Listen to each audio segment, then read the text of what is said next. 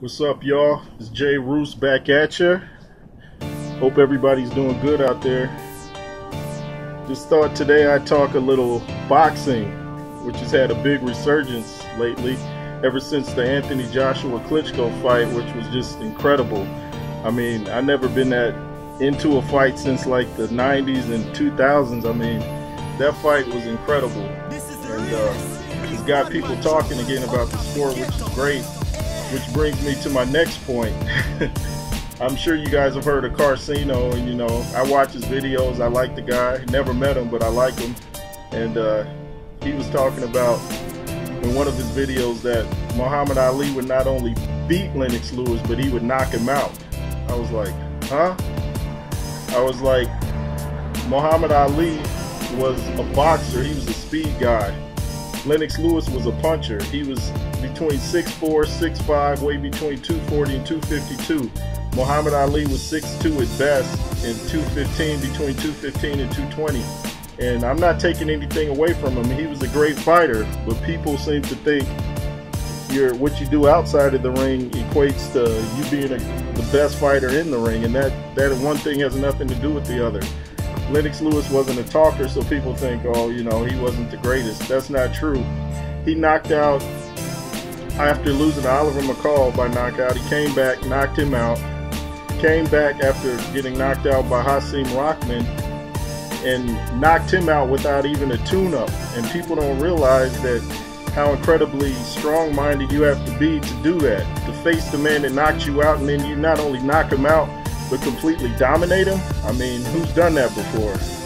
And I mean, Muhammad Ali, the guy most people consider was the greatest, calls Lennox Lewis the greatest. He called Lennox Lewis the greatest. George Foreman said Lennox Lewis was the greatest. Al Bernstein, who's been in the sport for decades, says Lennox Lewis was the greatest. So people just kind of hop on the bandwagon and start, you know, because the man was great outside the ring, they think, well, he was indestructible in the ring. One thing has anything to do with the other.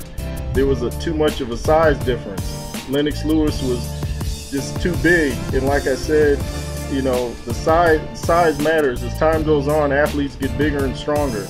If you take the best NFL players from the 60s and match them against the worst NFL players of the day, they'd have their hands full. And Muhammad Ali had his hands full with Joe Frazier.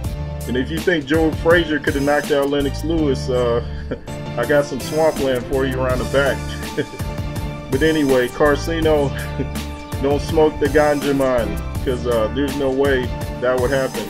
I mean, I even think back to when people say that when they were all caught up in the Mike Tyson thing. Mike Tyson was a great fighter, but it was his fear that made people think he was the best. Great fighter, but again, people equate what they do outside the ring with what they do inside the ring. And he was knocking people out, but a lot of them were people we never heard of. But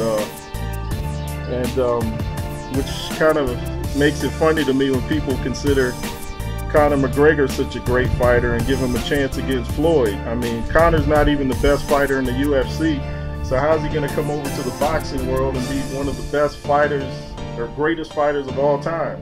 I mean, you guys have to stop and think.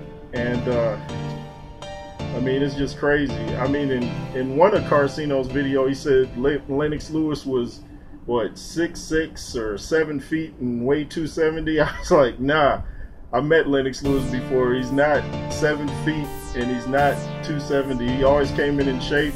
He was a great ambassador for the sport, never embarrassed the sport. So Karceno might know about boxing in the lower divisions, but not the heavyweight division, I guess.